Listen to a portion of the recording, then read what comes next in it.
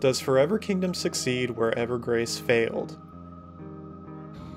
This was the lingering question during my time with Forever Kingdom, known as Evergrace 2 in Japan. The first Evergrace managed to strike a deep impression upon its release thanks to its score and setting, but left much to be desired in the pacing of its batshit crazy story. This was partly due to the game's confused development cycle, abruptly shifting onto the PlayStation 2 after already being 50% complete for the PlayStation 1. Issues were further compounded by the team's inexperience with the PlayStation 2's hardware and the technical challenges they faced from the transition. Ultimately, Evergrace would remain more engrossing on a conceptual level, as the final product wasn't perfectly realized into a 3D action RPG. Forever Kingdom, however, is a much more structured product and is superior to its predecessor in many ways. Despite only releasing a little over a year after Evergrace, Forever Kingdom managed to successfully draw out much of the untapped potential from the first game. However, this impression becomes more skewed as the game carries on, as there are a few serious missteps that shouldn't be ignored while examining the game fully through a deeper analysis.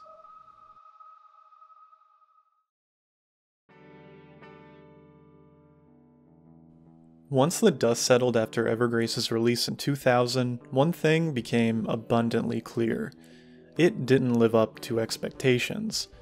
Many were bracing for a full-fledged, next-generation RPG on the PlayStation 2, especially in North America where it was a launch title.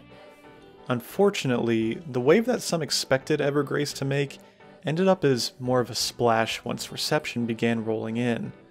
Common criticisms were that the game was graphically unimpressive and progression was dull. Regardless, Evergrace went on to sell over 350,000 copies in total. To put this number into perspective, Evergrace sold more copies than Silent Hill 3 when it released in 2003, as well as Okami in 2006. Naturally, this was a time before From Software was selling millions of units, so this warranted a follow-up. With fresh experience developing for the PlayStation 2, they began working to realize Evergrace fully in a new title. The team assembled with Yuzo Kojima heading as director once more. It's possible that you've heard this name recently because Kojima served as producer for FromSoft's newest hit relative to this video, Elden Ring. Masanori Takeuchi returned as producer, and Mai Takase was brought to write the story, the same Takase who wrote a light novel for the series. Following this, Ken Sugawara returned with his iconic style, alongside Junichiro Ishino, as the pair headed the art department. Finally, godlike composer Koto Hoshino was back, doubling down on everything that made the first Evergrace's score so brilliant. Essentially, Evergrace 2 was off to a very promising start. As Evergrace 2 developed, From Software promised that a few of Evergrace's popular features would be returning.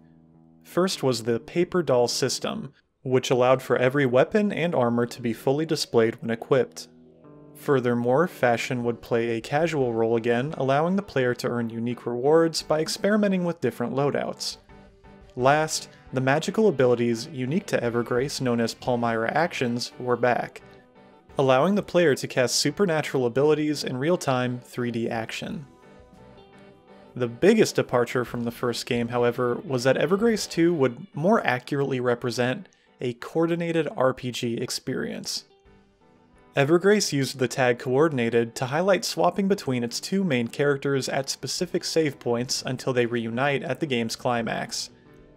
Things were going to be more literal with Evergrace 2, however, as the player can swap between one of three characters that travel together on the fly. Furthermore, each character has an action they can perform whether or not they're currently selected, allowing the player to perform coordinated attacks to build combos. In regard to story, Evergrace 2 was gearing up as a prequel, occurring just a few years before the events of the first Evergrace. For those familiar with the first game, the Crestbearer Darius was back, with a new, edgier design alongside two new companions, Ryan and Fayana. Ryan is an intelligent and compassionate, albeit somewhat naive, lifelong friend of Darius. Fayana, meanwhile, is an amnesiac that Darius and Ryan discovered unconscious by happenstance. She quickly bonds with the two, and the three would become inseparable over the course of a year. In Japan, these characters were voiced by iconic voice actors to further breathe life into their personalities. Early trailers revealed sleek 3D designs for the heroes alongside a noticeably larger cast of NPCs compared to the first game. Battles were presented as fast-paced and chaotic, with many different effects and actions occurring at once. In addition, more enemies and characters could appear on-screen within comprehensive settings. Trailers also teased Hoshino's new score that would carry throughout the game, distinctively more polished with new instrumentation layered within. Development went by without any publicized hiccups or delays, and by the summer of 2001, Evergrace 2 released in Japan. The unfortunate truth is that despite the innovation, polish, and stardom thrown behind Evergrace 2, it just wasn't enough. Much like its predecessor, it polarized critics and audiences alike, earning an aggregated score of 28 out of 40 by Famitsu, the same score given to the first Evergrace. One of the scant few Japanese impressions I was able to find considered the game to be outside the comfort zone of those who weren't hardcore gamers, and that it wasn't very approachable. However, it wasn't until Evergrace 2 was published in North America by Agetec that things took a deeper turn for the worse. Unless you were someone that deliberately kept up with Evergrace 2's limited coverage, you probably went unaware that another Evergrace title even existed. One of the biggest reasons for this was the choice to rebrand Evergrace 2 as Forever Kingdom for the Western audience. It's likely that the gamble was that disconnecting Forever Kingdom from Evergrace at face value might positively affect sales, given Evergrace's cool reception in North America. While this provided Forever Kingdom an opportunity to wipe the slate clean, there was very little hype or marketing at its foundation. Much of the interest garnered by Evergrace was because it was a launch title for the PS2 in North America. In the scant few articles Forever Kingdom took part in, it was generally met with puzzlement, as many critics' reactions boiled down to, "No one asked for another Evergrace, but here it is." It didn't translate into strong sales. Evergrace's prequel would prove to be a complete bust, with less than 10,000 units sold between Japan and North America. This was a nail in the coffin for the series' continuation in the foreseeable future. One of the upsides was that Forever Kingdom strongly resonated with Evergrace's handful of fans. The polished score and interesting setting were praised in addition to the new flavor of combat. Thus, whether you knew the game as Evergrace 2 or Forever Kingdom, you were likely to have a positive experience, provided you were a fan of the first game.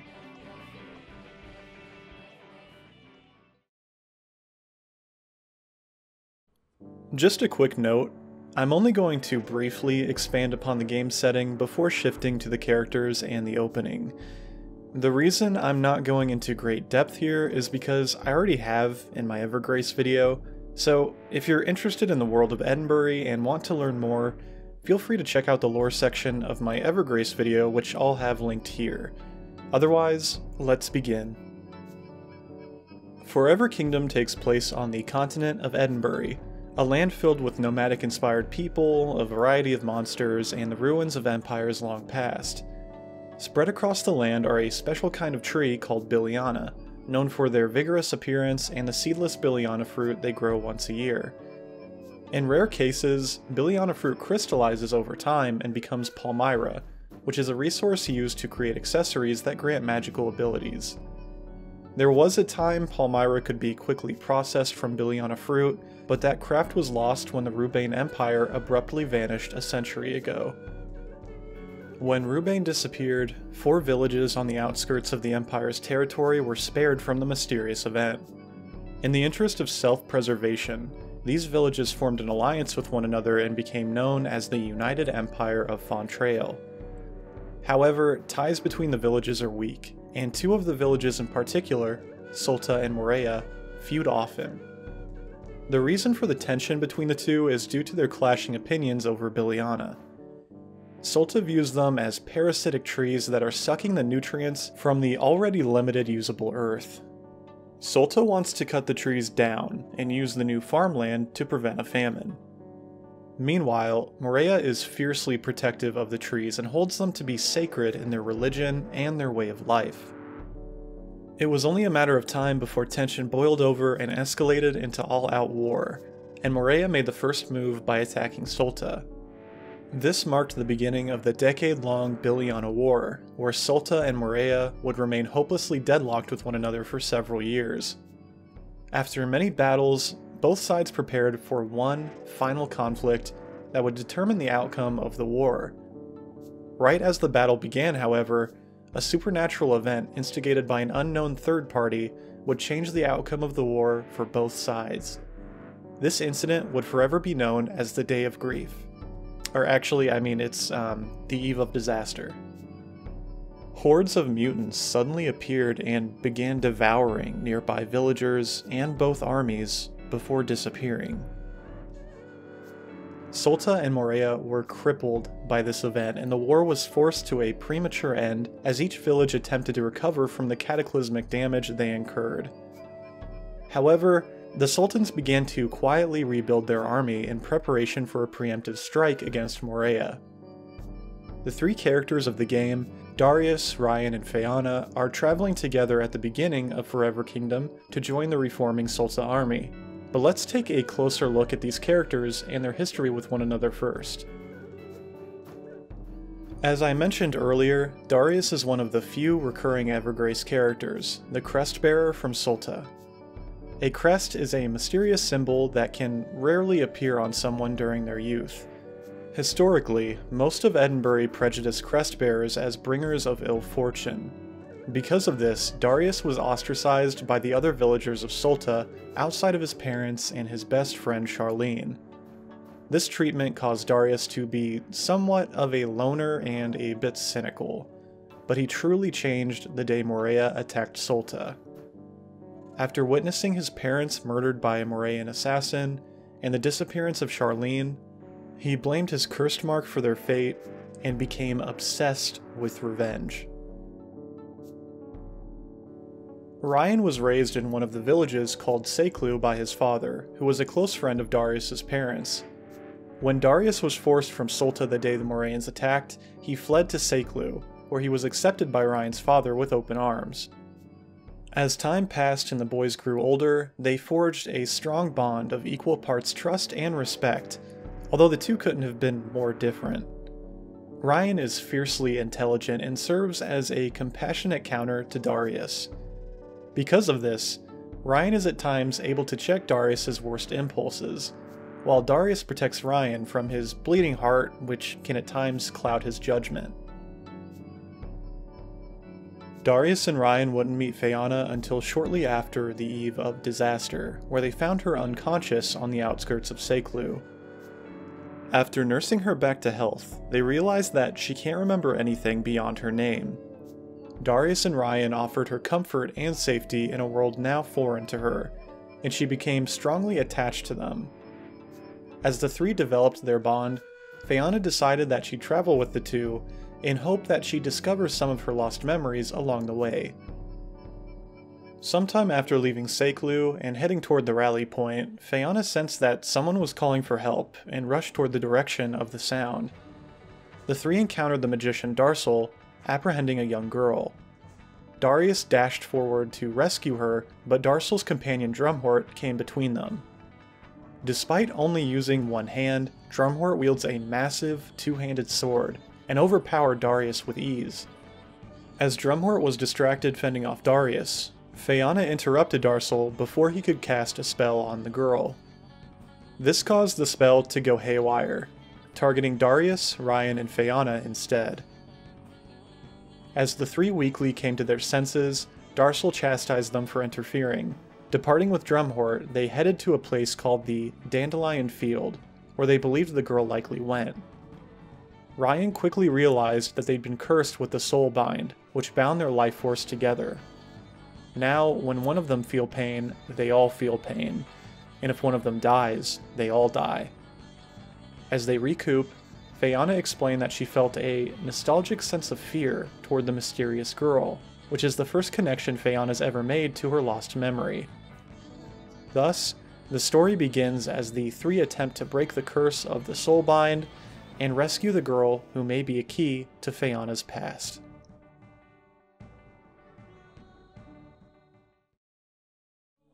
The big picture of Forever Kingdom is that you'll be guiding three characters through a wildly confusing story. This journey will take them through some interesting locations that are cut up between battling enemies, solving puzzles, and watching cutscenes. Discovering new equipment and upgrading your favorites is a major element of progression, and there are even side quests when things become a little monotonous. All of this occurs within a game that's pretty nice to look at while being backed by one of the best soundtracks in any game I've ever played. So let's break things down point by point and observe these in detail. Much like with Evergrace, it's likely that Forever Kingdom's soundtrack will be the first thing that you notice. Simply put, if you enjoyed the music in Evergrace, then you'll enjoy Forever Kingdoms even more. This is because Kota Hoshino took everything that worked in Evergrace and either polished or refined it here. This may sound like a relatively straightforward feat to accomplish, but the scores for these games are incredibly delicate pieces. The Evergrace series has a very specific style that requires a score to match very specific moods. Hoshino captures these moments within a unique soundscape, which allows him to successfully establish much of the game's atmosphere. The easiest way to describe the formula is that there's often more than one melody playing at a single time for each track. The layers of melodies aren't meant to harmonize with one another in a traditional logical sense. The key is to allow the listener to rationalize the sound and discover how the song is meant to be heard. As you listen, you'll discover these precious points of impact where the melodies connect beautifully, and once they do, everything begins to snap into place. One of the tracks that best encapsulates this is later in the game during a battle with Darcel and Drumhort. There are a series of low, harmonizing hums that abruptly morph into what sounds like a painful gasp before disappearing below a blistering bass line and furious drums. The track continuously amps up, and right as it reaches the climax of the frenzy, it contains itself. While it might initially come across as a bewildering piece to the untrained ear, it becomes so much more than that once you're able to catch the method to the madness. It's a beautiful use of building and releasing tension, containing elements of both terror and awe.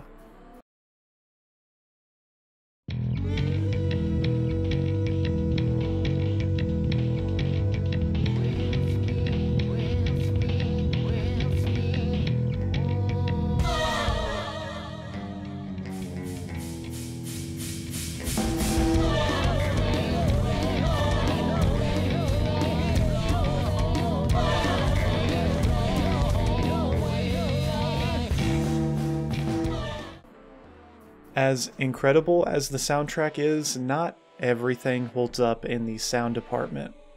While sound effects are serviceable, the voice acting is a mixed bag. Felk, I can't understand you sometimes.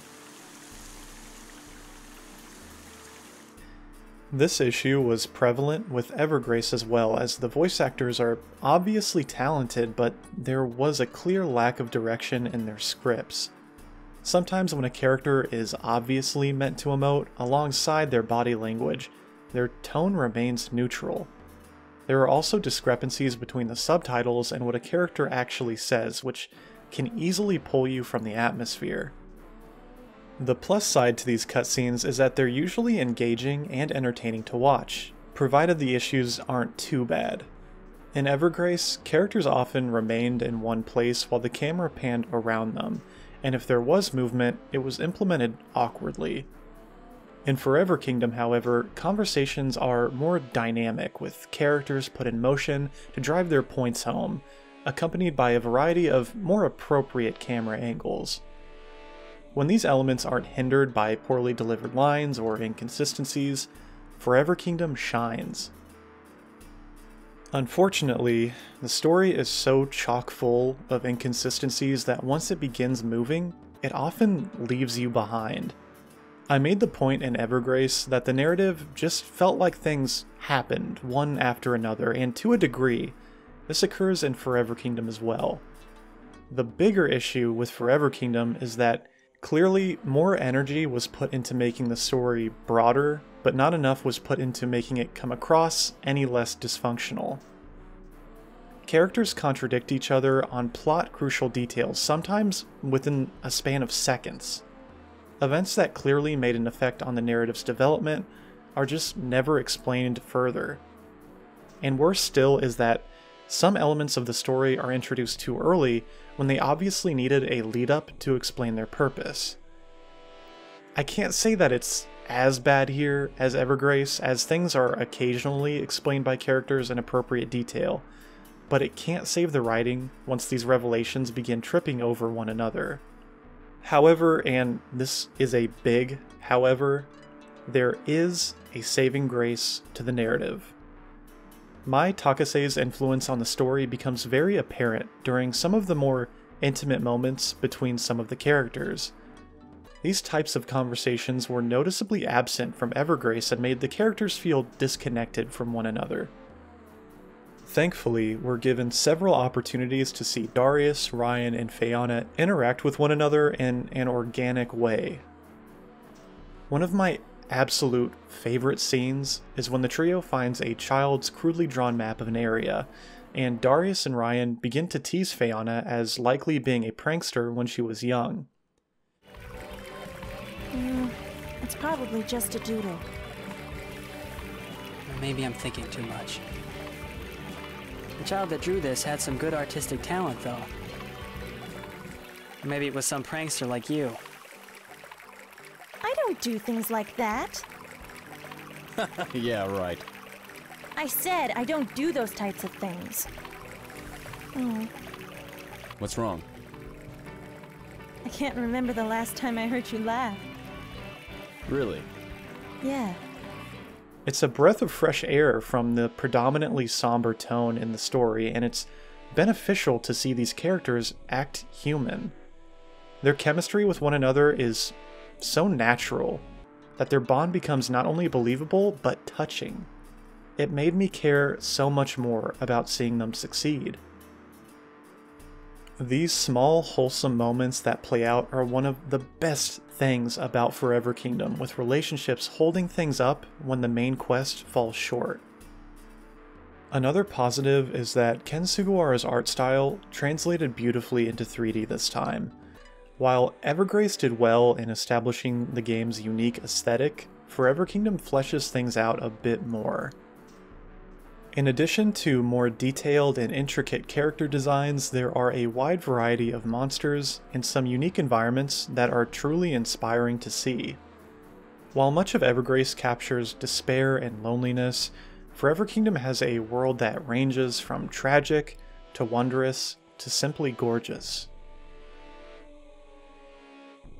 Exploring Edinburgh itself is straightforward since each zone is connected in a linear fashion and backtracking is mostly unnecessary. The predominant barrier to progression is through enemy encounters and boss fights, which is where combat comes into play. Throughout Forever Kingdom, you'll directly control one of three characters, Darius, Ryan, or Fiona. Each character has their own strengths and weaknesses, either in their varied resistances or based on the type of gear they can equip. Each character also has a unique combat ability, such as Darius performing the most regular attack combos, or Ryan being able to restore health by guarding. There are even different walking speeds between the characters to spice things up a little further, and everything together makes each character feel like a different class in an RPG, with enough variety to validate their role in the group. Flipping between one of the three characters can be done easily and on the fly with the press of the L1 button. The controlled character can move, guard, perform regular attacks, cast Palmyra actions, and interact with the environment. Meanwhile, the AI controls the other two characters and will attempt to stay near your flank and on the defensive. Sometimes the passiveness of the AI can be frustrating, but this wasn't done without reason. The Soulbind curse causes the three heroes to share a single health bar called the Soul Gauge. If the AI was aggressive, it's likely they would absorb more damage, which could have forced the player into a healing role to make up for the AI's recklessness. By keeping the AI on the defensive, the action mainly focuses on the player, and while it isn't perfect, I think they made a good choice in the bigger picture for what they were trying to achieve with the combat. To supplement this and ensure the AI doesn't become lazy, you're able to cast any Palmyra action associated with each character without swapping between them.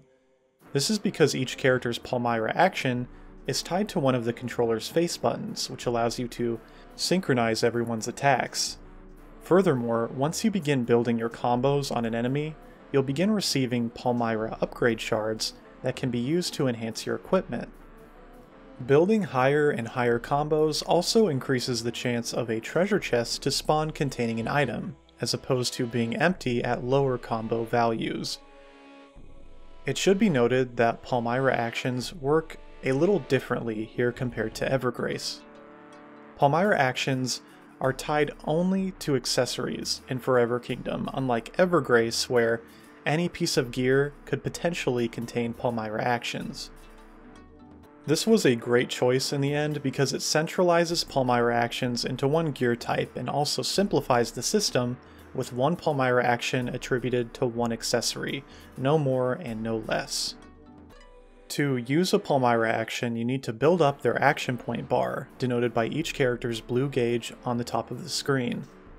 Once the bar fills, you'll earn an action point, which allows you to cast that character's Palmyra action. Accessories can earn upgrade levels by defeating enemies, which increases their action point value maximum, allowing you to store and unleash multiple Palmyra actions in a row the further you upgrade your accessory. This system works great so long as you don't find yourself at a puzzle that requires you to cast a Palmyra action when you have 0 Palmyra action points.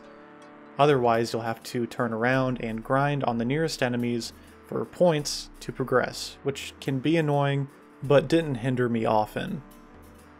Puzzles are typically solved in one of 3 ways: possessing a key item, wearing specific equipment, or using Palmyra actions in the correct order. I never had an issue with a puzzle except for a case where the translation of a clue on a locked door hindered me for longer than I'd like to admit.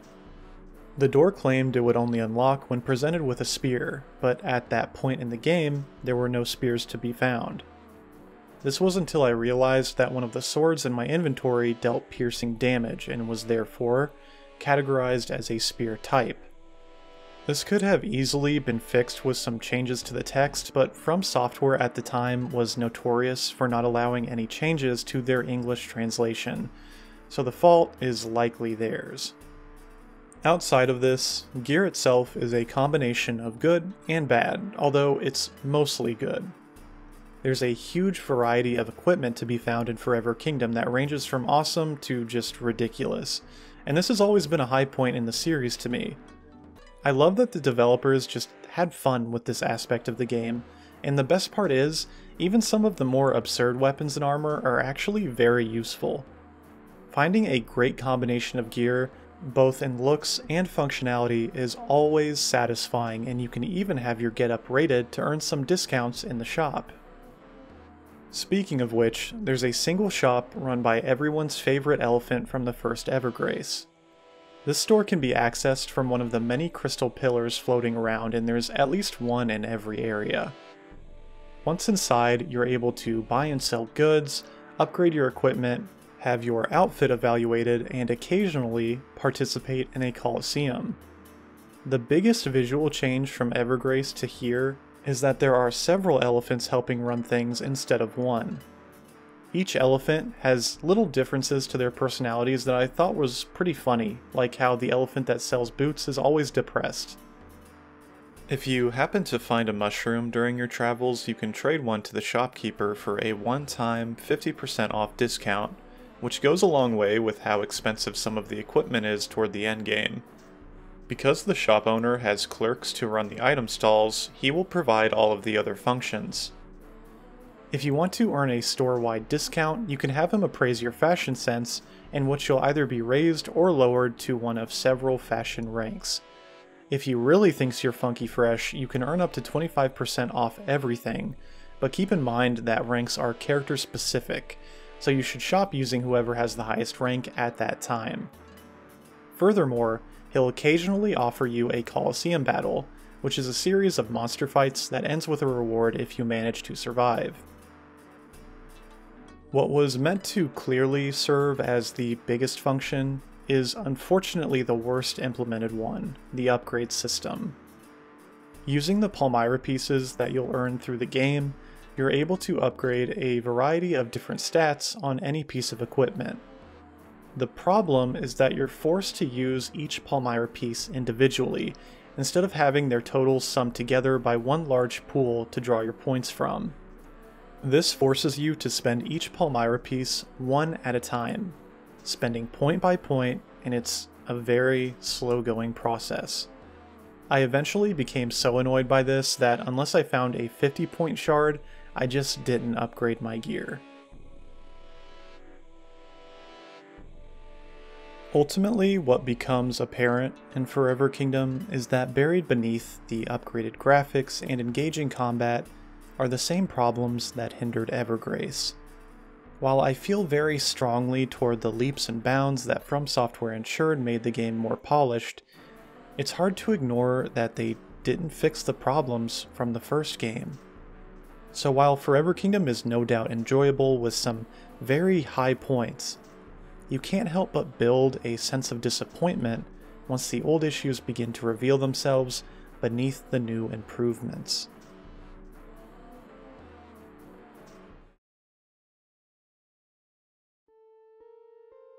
Like I did with Evergrace, I've done my best to try to rationalize Forever Kingdom's story despite its many plot holes. This required hours upon hours of poring over the game's limited, viable dialogue to gain even a sliver of cohesiveness. Yet, every time I solved a problem, several new questions sprung up, and the process became something of a vicious cycle. I finally settled for a straightforward, informative take on the story that says everything that needs to be said without further complicating itself. So, here is Forever Kingdom's story explained. Several centuries ago, an ancient empire, not to be confused with the Rubane Empire, rose to great power. The emperor had two daughters, Carmilla and Sulka, that became known as the Twin Goddesses. This is because they were bound to an object called the Crystal of Truth, which made them eternal martyrs to a weapon called the Palmyra Doll. This horrifying, destructive weapon possessed artificial life and was powered by human souls. It should be noted that the sisters gained a degree of immortality because of this binding, but we're gonna get more into that later. Carmilla and Sulka lived lonely lives within a palace, and their relationship with their parents was complex. The loneliness and lack of affection was especially difficult for Sulka, who was unable to communicate her needs to her family. This led her to cause mischief as a cry for help, and eventually led to harassing Carmilla for attention. Her antics came to a head the day that she stole and accidentally broke Carmilla's most treasured possession, a music box. Why did I do it? Oh, it was only supposed to be a joke. When Carmilla discovered what happened, she became furious, which led to Sulka to become despondent over the accident. Sulka ultimately only wanted to be friends with her sister and feared that Carmilla would never want to speak with her again. Meanwhile, Carmilla knew that Sulka only acted out because she was suffering, but didn't know how to reach out to her. Because the sisters were unable to share these feelings, the rift between them remained. false hope arrived in the form of a mysterious magician who appeared within the palace one day and offered to solve their problems. He approached each sister individually and claimed he could fix the box if they agreed to help him with something in exchange. Because each sister believed that if the box was repaired, that the tension between them would subside, they accepted. With their cooperation, the magician used the sisters' souls to power the Palmyra doll, which he intended to use to lay waste to the Empire. However, the Palmyra doll is extremely difficult to control and the magician was killed as well. One of the reasons the doll is difficult to control is because it has a will of its own. After the destruction, it fled in search of its own peace. Eventually, it discovered the cursed Forgotten Valley, where it would remain dormant for centuries. This wouldn't last though, as Morea researched the ancient civilization and learned of the Palmyra doll. It was the Morean magician Darsel who discovered ancient texts on the Empire's weapon. With the knowledge, Darsel began making his plans to take control of the weapon. Darsel understood the danger of attempting to rouse the Palmyra doll, and began to coerce the son of Sulta's leader, Drumhort, to join him. While Drumhort was unmatched in strength and swordplay, he'd secretly harbored doubts over the drawn-out war. Once Darsel began feeding into those doubts, Drumhort abandoned Sulta in hope that using the doll could force the war to an end. Following this, they also hired a mercenary named Saris to join them, although Saris was kept in the dark over the truth behind their intentions. Once within the Forgotten Valley, the three eventually found the dormant Palmyra doll. However, once Darsel activated the doll, it proved too much for him to handle. Darsel attempted to gain control by tearing Sulka's soul from it, but the doll retaliated by absorbing a piece of Drumhort's soul before escaping. Somehow, I was able to defend myself, but the doll attacked Drumhort and took part of his soul and escaped with it.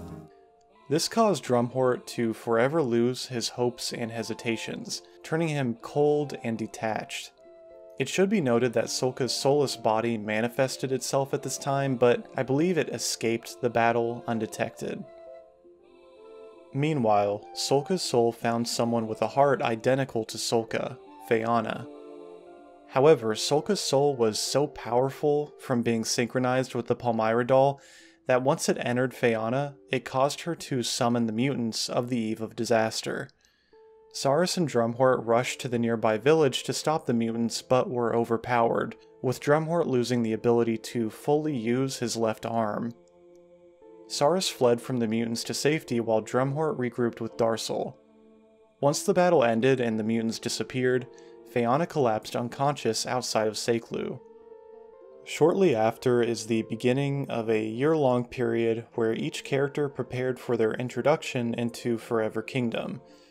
Darius and Ryan discover Phaeana outside of Seklu and realize that she has amnesia. Meanwhile, Darsel and Drumhort search for a means to control the Palmyra doll.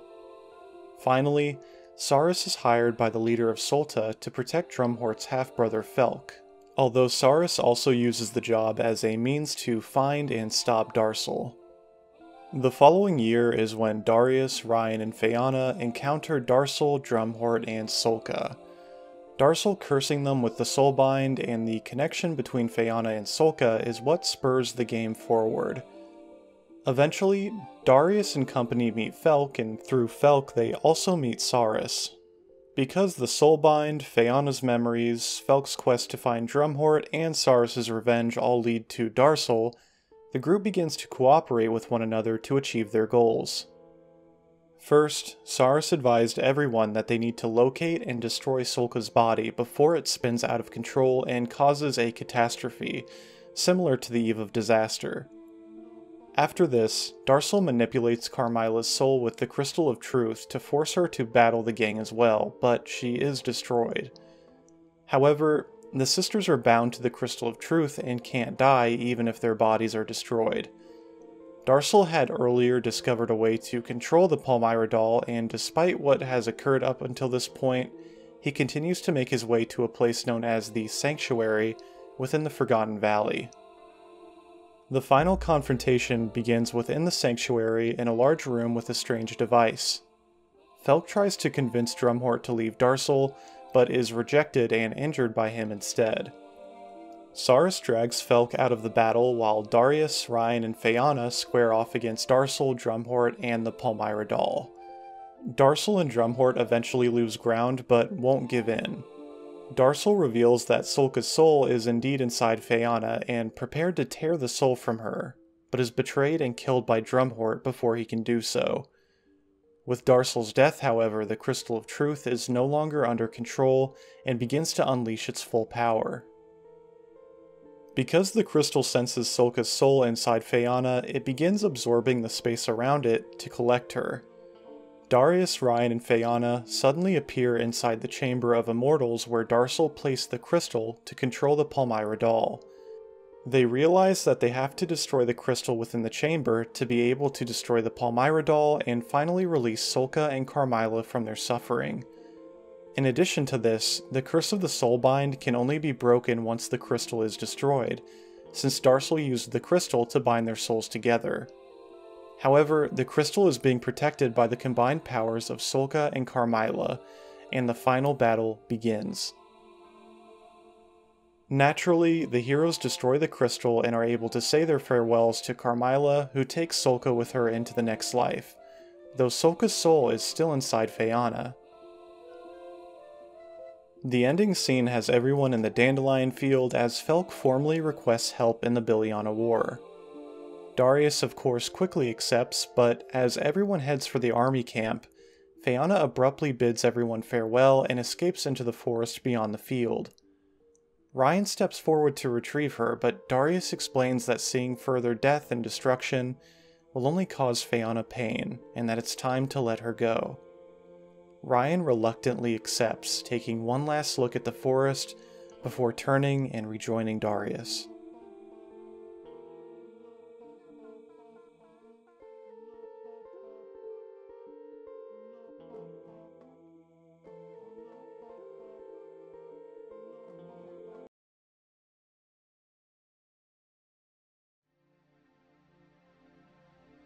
At the beginning of the video, I asked the question, is Forever Kingdom what Evergrace should have been?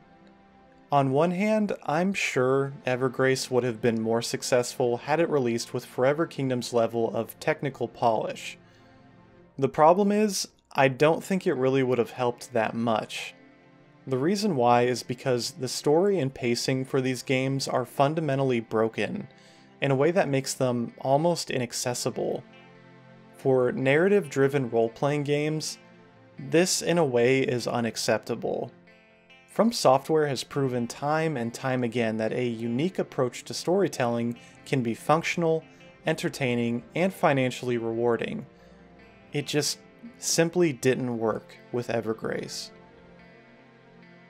My personal sentiment towards Forever Kingdom is that it's a game that should be experienced.